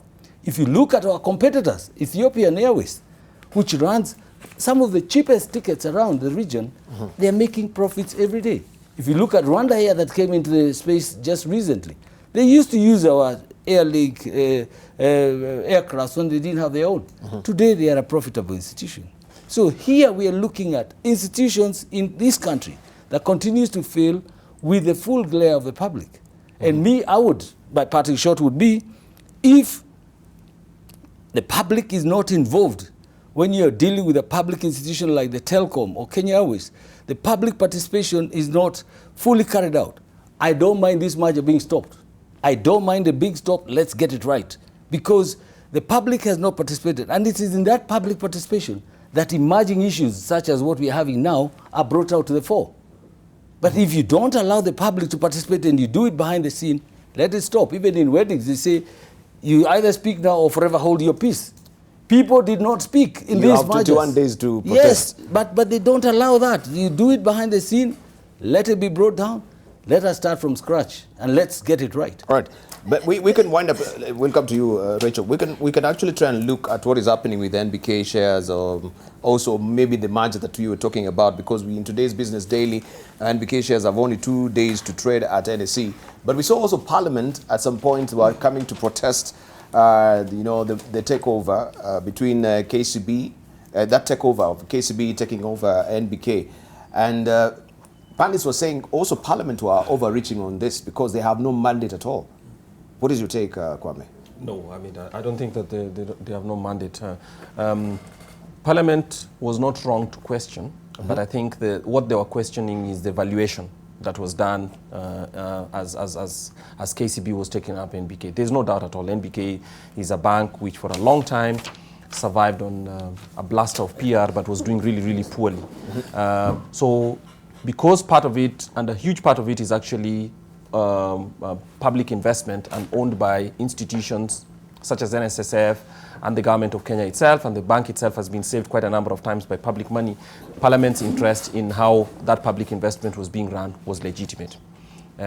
However, they were also wrong on the other side in trying to come up with their own valuation model without necessarily asking themselves what informed the state. And the state of that bank was such that, in my view, it looks like it was a fair model. I mean, it was a fair valuation, because if you look at how it's trading at its trading level today, I don't think National Bank would survive if it did not get a strong partner as KCB is trying to do today. All right. Rachel. Yeah, the concern I have is even bigger. The one between the NIC and CPK merger. where there was this huge complaint of KCB. CPA. I'm talking of NIC and CPA. Oh, CBA. Thank you. You know, that is an issue we need to put on the table. You know, there was this exemption. The Treasury provided exemption running to billions actually, of shillings of the share transfer tax. How much was it? Why was that exemption given? And it wasn't that corruption or not corruption? Those are issues that we must put on the table. Now, the issue... But the question was that actually is in the law. I think... I remember reading that is in the law. It was explained, but we need to be explained why an exemption of that magnitude would be given to private banks. Because if you look at the NIC and the CPA, they are not government banks. And even if they were government, I don't think they can actually deserve that amount of tax exemption. While they are busy harassing the small, exactly. To pay. You go to the person on the street, he must pay tax. You are doing a match of two giants, you exempt everything. And that is a government. You know, you are the minister is that put under that is unacceptable. And actually that brings us to the issue of the values and the responsibility of the executive. And also it brings to Girea, who owns these banks. It's a very serious issue that needs to be looked at. Yeah. It was running to how much? Almost 53%. That was around the 303 million shillings that you're talking about. Stanley, you're privy to this information. Maybe you can weigh on it as well. I can't quite remember offhand the figures. Yes. But I think here is the principle. What we are talking about is the principle. It is true the CS Treasury has got a statutory power to make certain exemptions, especially for taxes. But at a time when KRA has a problem meeting its targets, at a time whereby other people are really being squeezed into paying their taxes, even being charged in court, this is not the correct time. And when you look at these two merging institutions, they are not struggling. They are not banks that are struggling. These are people who have got the financial ability. So even when that particular application is brought to you as the CS, I think you also need to wait and consider, is this really a deserving case?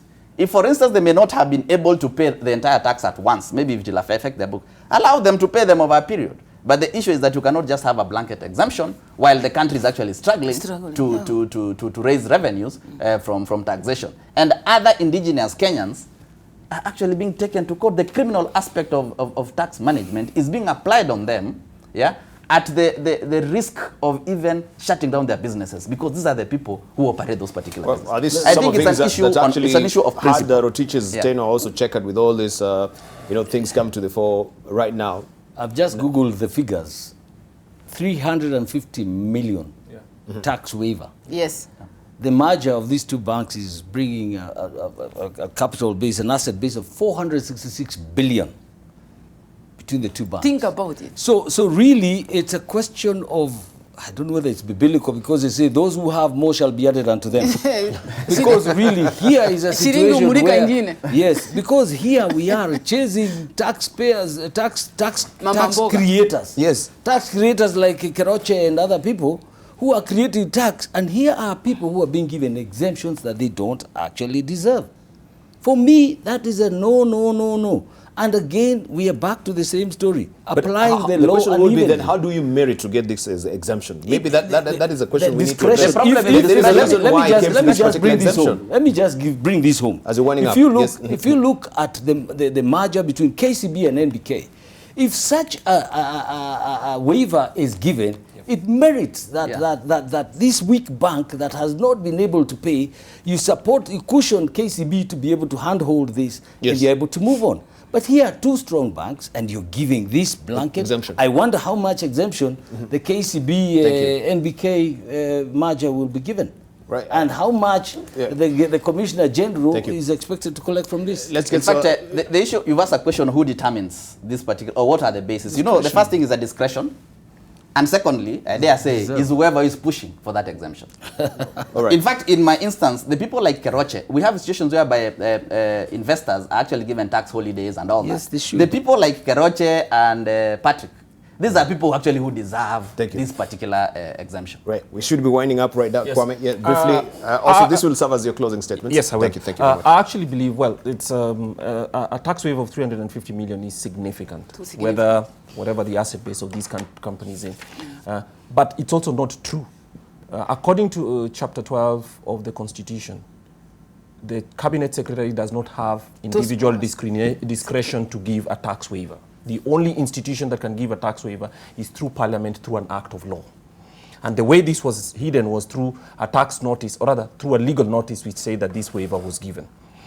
So this was an illegality, as it is. My view is that it was sneaked through. No, Parliament eventually considered it, but my view is that it was sneaked through, and here is one of the things that Parliament needs to do. The Treasury in this country leads Parliament by its nose every now and again, and Parliament allows it. So technically speaking, the Cabinet Secretary actually sneaked this through, and Parliament seems to have given the approval. And that's the problem. But he does not have, the Cabinet Secretary does not anymore have that discretion that existed prior to this constitution to unilaterally grant those waivers. Okay, headline thoughts from Rachel, please. Yeah, I was trying to look at the... Winding up thoughts. The tax, the tax exemption. I want us to bring this topic here next time. Yes. But my parting views would be, let's be, as a country, let's try and uphold our value system. And I would always say this. You can see it is affecting every sector. And the point I would like to drive home in that aspect is that every sector is a function of the other. Every Kenyan is a function of the other, meaning we cannot be blaming a certain sector. We can't blame teachers for corruption. We can't blame parliamentarians for corruption and leave others out. We are a function of each other, and we should be able to Thank you, Rachel. Yeah. Right, Stanley? Yeah, the debate this morning has actually revolved about one thing. The issue about our value system and the bad manners that we tend to like as a society. I think this is something that we really need to reflect as the Kenyan people. Because every other aspect that has arisen, you realize that there's something that ought to have been done in a different way, but it was not done. Thank you. The question is that who will build the country? Right, thank you. James Breu, mine is to say impunity begets impunity. And the longer you hold these offices, the more impunity there is. This week, the CG, the Commissioner General, has spoken about a raft of issues dealing with the tax evasion. We pray that he will be able to implement them, and may Kenyans pray for this new Commissioner General to execute this mandate. Thank you very much. Kwame Owino, the CEO of Institute of Economic Affairs, thank you for coming through. Also, Professor Rachel Gesami, Director of Quality Assurance, the Catholic University of Eastern Africa, and also Professor Economics Business School. Thank you for coming through this morning. Stanley Manduku, who is an expert on oil and gas lawyer. Thank you for coming through as well. And James Mureo, finally, who is a board member, Business Registration Service. Thank you for coming through, and also for your valid company and your reactions on Twitter as well. Thank you also for your contribution. We do appreciate. Living with Us is up next.